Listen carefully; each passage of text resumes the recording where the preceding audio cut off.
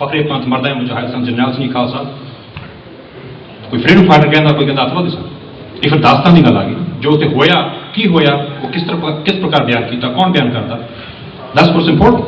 So I want us to keep that in the back of our minds as we contextualize what we're going to hear today. Now there is also an old African saying एक Africa they मुल्कां दी एक बड़ी पुरानी कहावत है कि जिन्ना चਿਰ बब्बर शेर अपनी दास्तान खुद बयान नहीं करते उन्ना चਿਰ इतिहास वार-वार शिकारी पे ही गुलगाता रहेगा. Until such time that lions tell their story, history is going to continue glorifying the hunter. शिकारी ने जो मर्जी दगा कमाया होवे धोखा कीता होवे जिस प्रकार मर्जी शेर का शिकार कीता होवे पर जो दास्तान उदी है उन्होंने बहादुर बना के पेश करना शेर का कोई मोल नहीं वो तो शिकार हो गया. Right? Now imagine for a minute, God forbid if the Nazis had won the Second World War, what would the narrative be? की दास्तान बननी सी. एक कहा जाता कि नाजी पार्टी या हिटलर ने 6 मिलियन Jews नु Maria. 6 million Jews were victimized, targeted, eliminated. God forbid if the Nazis had won, would we remember those victims or would we remember Hitler? Who would be glorified? Right? It's good. We're lucky that he did win and he lost. But that's an example of how powerful narratives are. Let's take an example from our own history. छोटा कलूकरा होया वड्डा कलूकरा है गल बहुत पुरानी है marine Manu के time की गल है अब्दाली के टाइम की गल है उन्होंने दिनों में जो ये घटनावां सिखा के उपर दरपेश आईयां सन जो मुगल सल्तनत से मुसलमान से उन्होंने कलूकरा नहीं कहते सन वो नहीं कहते थे सिख जाके मारने हैं उन्होंने दास्तान की सी उन्होंने दास्तान सी कि जिहाद है धार्मिक संघर्ष रिलीजियस कैंपेन है. That was their narrative. If you read their history, if you go back to those times, their contemporary history in those days still talks about those campaigns that we call Chota Kalukara, Vada Kalukara, small Holocaust and the bigger Holocaust as nothing more than or nothing short of jihad. It was a religious campaign. But we see it differently. We call it jihad. We call it genocide or Holocaust. Big Holocaust and small Holocaust. Our narrative is different. Right? Imagine for a moment if we had continued to call it jihad, what kind of impact would it have had on our psychological well-being or our condition? How would we shape history? How would we tell our generations? How would we remember those sacrifices? Right? But the Mughals lost. The Islamic rule in what is now known as India is over. The Islamic rule that prevailed in that part of the world for over 9 centuries was brought to an end in no small measure thanks to the sacrifices of the Sikh people, the Sikh fighters, the Sikh religion. Therefore, there is no fear of persecution from the Mughals today, and people are able to tell their dastan the way they want to tell. We're not afraid that the Babur is going to come and attack us again. We can tell, we can talk freely. We have an opportunity to talk about our dastan. Sadi apni jo narrative, we can talk about that, right? We're able to state that. But when we're enslaved, we don't have that opportunity because of fear of persecution, and also because psychologically, it is subtle dastan sade dimag vich itna havi ho jandi hai that we can't even think of anything other than the way it is being presented to us by the winning side. Now, let's compare करिए जो 2 कलूकार दे विच जिन्हें सिख शहीद किए गए हैं उन्हां सिखां दी जो मात्रा जो गिनती है कहा जाता कि लाहौर दी एक मार्केट होया करदी सी नका हाउस मार्केट ਉਹਦੇ ਵਿੱਚ 30,000 सिखां ਨੂੰ शहीद किया गया बीबियां भैणां ਨੂੰ छोटे छोटे बच्चे उन्हें खो के ਤਾਂ हवा ਵਿੱਚ ਸੁੱਟ ਕੇ ਨੇਜਾਂ ਦੇ ਉੱਪਰ शहीद किए गए 30,000 सिख उस तरह मार दिता गया और 17-18,000 सिख इधर उधर मारे गए मतलब उन्होंने छोटे कलूकार से वड्डे कलूकार की असं दास्तां पढ़िए डॉक्टर संगत सिंह ने एक बड़ी सोहनी किताब लिखी है इतिहास के Sikhs in History. He gives a detailed account of those events as they progressed. पर जो उन्होंने कंपेयर करते हैं जो आज आजादी तो बाद 47 तो बाद जो हिंदुस्तान के साम्राज के अधीन जो सिखां दी मौतां होईयां ने एग्जैक्ट फिगर शायद किसी को नहीं कोई कहता 3 लाख कोई कहता 5 lakh up to 500,000. Compare the number of casualties. Do we call this genocide? Do we call this Holocaust? Or do we call it riots? Again, it's a question of dastan, of narratives. Let me just very briefly talk about, move fast forward to 1984. Let's talk about November 84. According to Sikhs for Justice and other organizations and the documents that they filed with the United Nations, up to 40,000 Sikhs were killed extrajudicially in New Delhi and the areas surrounding New Delhi, right? In cold blood. 40,000 members of one community killed in 3 days in a small geographic location with virtually no casualties on the other side. Are riots ever planned and executed by the state with the ruling political party providing voter lists to identify the homes of the target community, holding back the security apparatus, marking the target homes with painted white cross marks, for easy identification, then encouraging, leading, and directing, and instructing its hooligans during a 3-day period of total lawlessness in the world's largest democracy. That's their narrative. These are riots. But imagine for a moment, is it ever possible for riots to result in 3 days in the world's largest democracy with every kind of protection in place for the elimination of 40,000 people in a small geographic location with virtually no casualties on the other side? And we call it riots. Does it even make sense? Now I'll tell you something. I myself am guilty of that. Up until recently, I used to call it riots myself. And there's many other people who are well-meaning people, they still call it riots. This is how powerful narratives are. We know what happened, we understand what happened. When we talk about it, that psychological programming kicks in, and we call it the way the winning side or the opposing side want us to call it. Our narrative, luckily, is slowly evolving now. Right?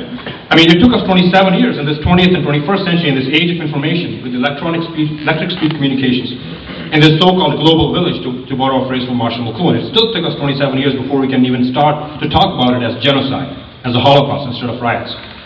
Now, what impact has it had on the Sikh nation's psychological state?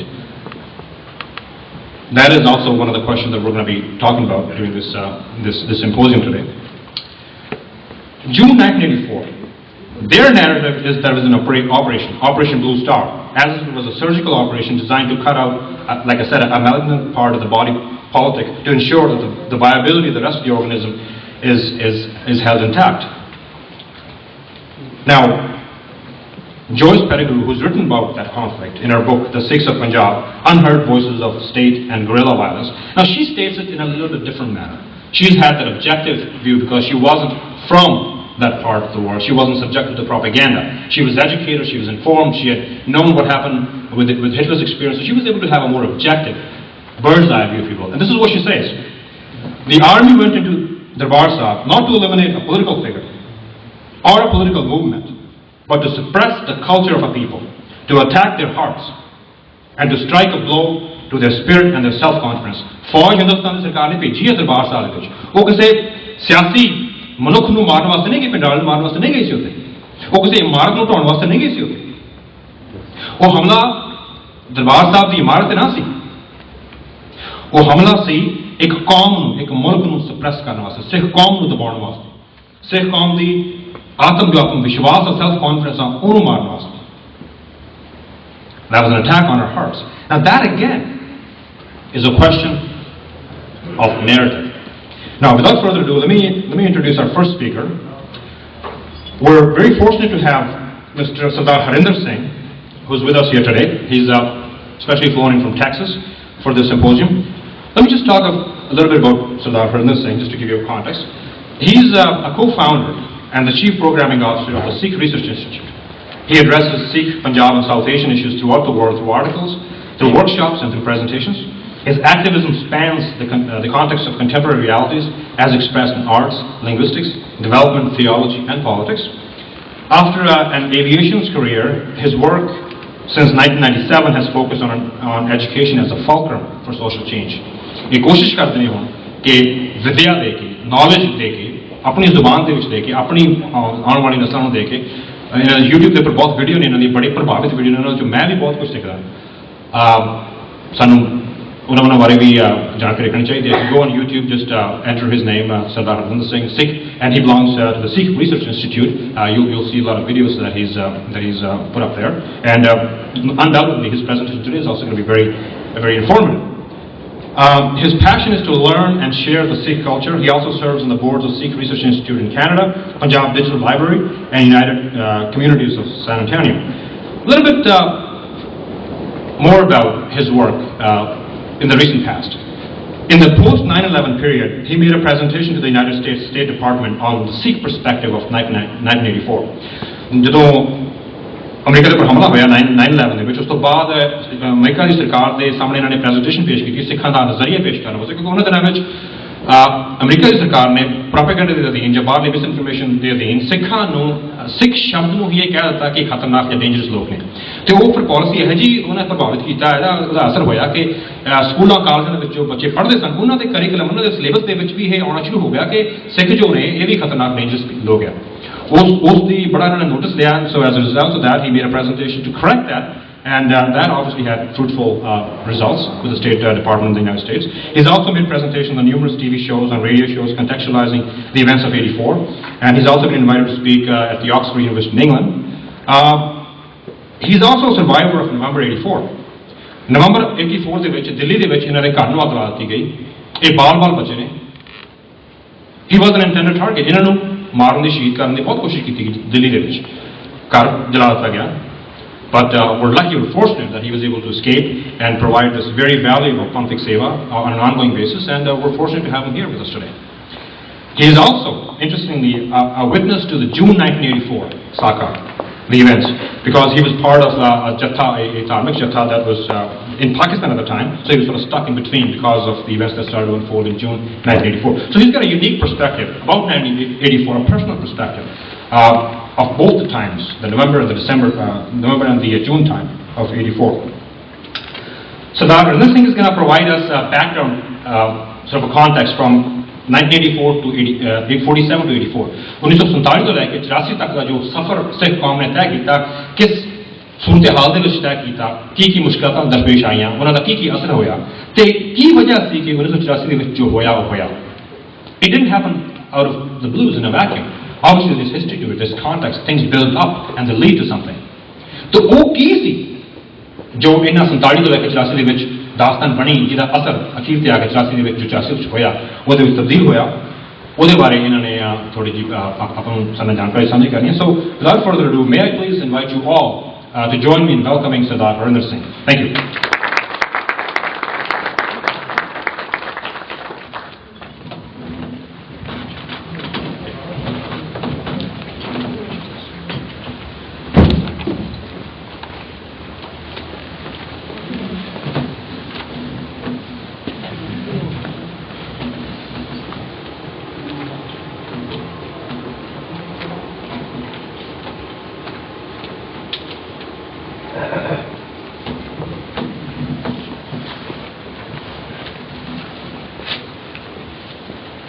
जब तक असी उड़ीक रहे हैं projector on ਲਈ मैं कहानी शुरू करा। आई थिंक क्योंकि ऑडियंस ਵਿੱਚ ज़्यादा कम्यूनिटी मैंबर्स ही हैगे ने, I will stick mostly Punjabi ਵਿੱਚ ਹੀ ਗੱਲ ਕਰਨਾ है, किते किते इंग्लिश ਵਿੱਚ कर लांगे। सो पहली गल तो यह कि ਜਿਹੜੇ ਸੰਗਠਨ ਦੇ ਰੂਪ ਵਿੱਚ ਅਸੀਂ ਅੱਜ ਇਕੱਠੇ ਹੋਏ ਹਾਂ, ਜਿਸ ਸੰਬੰਧ ਜਿਸ ਕਾਰਨ ਕਰਕੇ ਉਹ ਤੁਹਾਨੂੰ ਸਾਰਿਆਂ ਨੂੰ ਪਤਾ ਹੈ ਕਿ ਜੂਨ 1984 ਦੀ ਗੱਲ ਕਰਨ ਲਈ ਆਏ ਹਾਂ। So thanks to the organizers for actually holding a forum, and ਤੁਹਾਨੂੰ ਸਾਰਿਆਂ ਨੂੰ ਫਤਿਹ ਨਾਲ ਸਾਂਝੀ ਕਰਨਾ। ਗੱਲ ਸ਼ੁਰੂ ਕਰਨ ਤੋਂ ਪਹਿਲਾਂ ਵਾਹਿਗੁਰੂ ਜੀ ਕਾ ਖਾਲਸਾ, ਵਾਹਿਗੁਰੂ ਜੀ ਕੀ ਫਤਿਹ। ਮੈਨੂੰ ਇਹ ਕਿਹਾ ਗਿਆ ਸੀ ਕਿ ਕੀ ਕਾਰਨ ਸੀਗੇ ਕਿ 1984 ਹੋਇਆ, ਇਹਦਾ ਬੈਕਗਰਾਉਂਡ ਸਾਡੇ ਨਾਲ ਸਾਂਝਾ ਕਰੋ। Religious issues Ki C, political issues Ki C, spiritual issues Ki C, social issues Ki C. And you know, I've been doing these presentations. In fact, one of the first presentations I did in '84 was in Toronto about 8 years ago. ਉੱਥੇ ਮੈਂ ਸਾਰਾ focus ਹੀ ਜੂਨ 84 ਕੀਤਾ ਸੀਗਾ। But ਇੱਕ ਬੜਾ ਅਹਿਮ ਸਵਾਲ over ਦਾ years ਖੜਾ ਹੋਇਆ, ਜਿਹੜਾ ਕਿ ਆਨਸਰ ਦੇਣਾ ਬਹੁਤ ਮੁਸ਼ਕਿਲ ਹੈਗਾ। The question is, why did it happen? Why are Sikhs singled out? I get this question a lot. And I think about it. मैंने कुछ responses develop भी किए ने, but I think I want all of you to seriously think about this. ये जब कहा जाता कि सिख एक violent बंदे ने, एक violent कौम आ, इन्हों भी सानू आंसर डेवलप करने की लोड़ है कि ਅਸੀਂ violent है क्या, साडी हिस्ट्री की है, even within Indian state साडी हिस्ट्री की है, we have to think about that as well. At a personal level as a Sikh, I don't need to worry too much about it other than कि जे मैं गुरबाणी समझ लवां तो उत्थों answer मैं cut सकदा ना चीज़ां दे कि ਅਸੀਂ क्यों करते हैं जो करते हैं। सिंधिया ने एक आर्टिकल भी लिखा सी वाई 6 फाइट। सरदार कपूर सिंह ने वैंकूवर ਵਿੱਚ भी एक ਲੈਕਚਰ ਦਿੱਤਾ ਸੀ 71 ਵਿੱਚ।